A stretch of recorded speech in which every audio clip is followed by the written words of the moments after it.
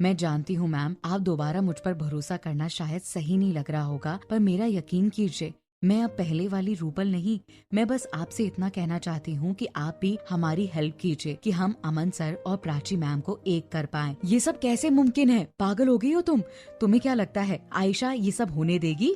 उसने अमन सर के दिल और दिमाग में प्राची के लिए इतनी कड़वाहट पैदा कर दी है कि अब मैं या तुम कोई भी चाहे जितनी कोशिश कर ले, सब बेकार रहेगा। मैं जानती हूँ कि आयशा मैम ने अमन सर को काफी भड़काया हुआ है, पर अगर हम चाहें तो हम बहुत कुछ कर सकते हैं। कैसे? मिस ऋचा ने ध्यान से रूपल को देखते हुए कहा। मैं आपको सब बताऊंगी, लेकिन अभी नहीं, क्योंकि यहाँ कैमरे और वॉइस रिकॉर्डर दोनों है। मैं आपसे बाहर कैफे में मिलूंगी यहाँ से जाने के बाद। और इतना कहकर रूपल वहाँ से चली गई तो मिस ऋचा जाते हुए रूपल को देखकर खुद में बड़बड़ाते हुए बोली, ये सच में बदल गई है या फिर ये कोई नई चाल चल रही है? अगर ऐसा है तो मुझे सावधान रहना होगा, मैं इस पर भरोसा नहीं कर सकती। जैसे ही रूपल मिस ऋचा के केबिन से बाहर निकली तो मैनेजर हसरत ने वहाँ से रूपल को जाते हुए देखा तो वो मिस ऋचा के पास आकर बोले, रूपल आपके पास क्यों आई थी? कहीं इसने आपसे कोई बदतमीजी तो नहीं की?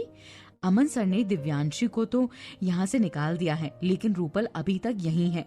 अगर ये आपसे कोई भी बदतमीजी करे तो मुझे बताइएगा। नहीं नहीं मैनेजर सर, आप गलत समझ रहे हैं, ऐसा कुछ भी नहीं है। वो बस मुझसे कुछ बात करने यहाँ आई थी। उसने आपसे कोई बदतमीजी नहीं की है ना? मैनेजर हसरत ने मिस ऋचा से दोबारा पूछा। नहीं नहीं, आप टेंशन मत लीजिए, मिस ऋचा ने मुस्कुराकर जवाब दिया। तो मैनेजर हसरत वहाँ से चले गए। इधर रूबल चौधरी की कंपनी में निखिल अपने केबिन में बैठकर काम कर रहा था। तभी रूबल चौधरी निखिल के पास आकर बोले, निखिल, पहले तुम अमन की कंपनी में काम करते थे ना?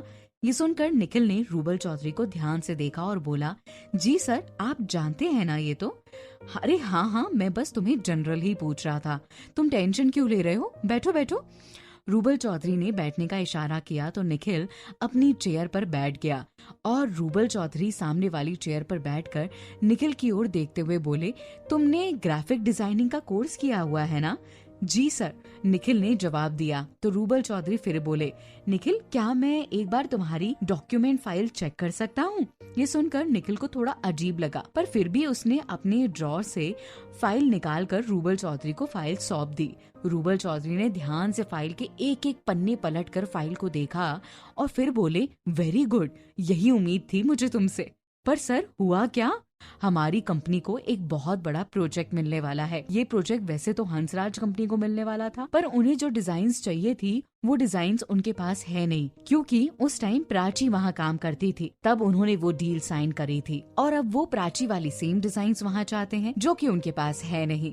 और मैं चाहता हूँ कि अगर वो डिजाइन हमें मिल जाए तो हमें एक बहुत बड़ी डील करने का मौका मिल जाएगा और ये डील हमारी कंपनी को एक नए मुकाम पर ले जाएगी। लेकिन ये तभी मुमकिन है जब प्राची हमें ये सारी डिजाइन्स बना कर दे दे। वो कर तो देगी, लेकिन मैं प्रोफेशनल और पर्सनल लाइफ मिक्स नहीं करना चाहता, इसीलिए मेरी हिम्मत नहीं हुई और मैं उसे इस मैटर पर बात कर सकूं इतनी हिम्मत भी नहीं हुई। मैंने युग से भी नहीं कहा कि वो प्राची से बात करे। वैसे तो मैं जानता हूँ वो मना नहीं करेगी, लेकिन फिर भी मुझे थोड़ा अजीब लग रहा है।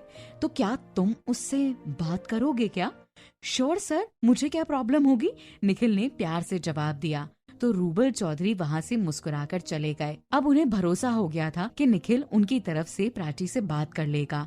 वो ये डील हर हाल में अपनी कंपनी के लिए साइन करवाना चाहते थे। हालांकि उन्होंने कभी प्राची का गलत फायदा नहीं उठाया और ना ही कभी प्राची के लिए पर्सनल प्रोफेशनल लाइफ में कोई भेदभाव किया था, लेकिन वो नहीं चाहते थे कि प्राची को ये लगे कि वो अपने भाई की शादी प्राची से केवल प्रोफेशनल बरक के लिए कर रहे हैं। इसीलिए वो निखिल के जरिए प्राची से इस मैटर पर बात करना चाहते थे। शाम को जब निखिल ऑफिस के लिए लौट कर आया तो मधु अपने कमरे में थी। निखिल ने मधु को आवाज लगाकर पानी लाने के लिए कहा तो मधु ने कमरे से ही आवाज देते हुए कहा, प्राची प्लीज निखिल को पानी दे दो, मैं मानसी को सुला रही हूँ। ये सुनकर प्राची अपना लैपटॉप साइड में रखकर आई और निखिल के लिए पानी लेकर उसके पास गई। निखिल ने ट्रे में से पानी का गिलास उठाया और मुस्कुराकर प्राची को थैंक यू बोला। कैसा रहा आज का दिन? प्राची ने वहीं पास में सोफे पर बैठकर निखिल से कहा। अच्छा था। वैसे तुम्हें यहाँ काम को लेकर कोई प्रॉब्लम तो नहीं है ना निखिल? नहीं, मिस्टर रूवल काफी कोऑपरेटेड हैं, काफी अच्छे से हेल्प करते हैं।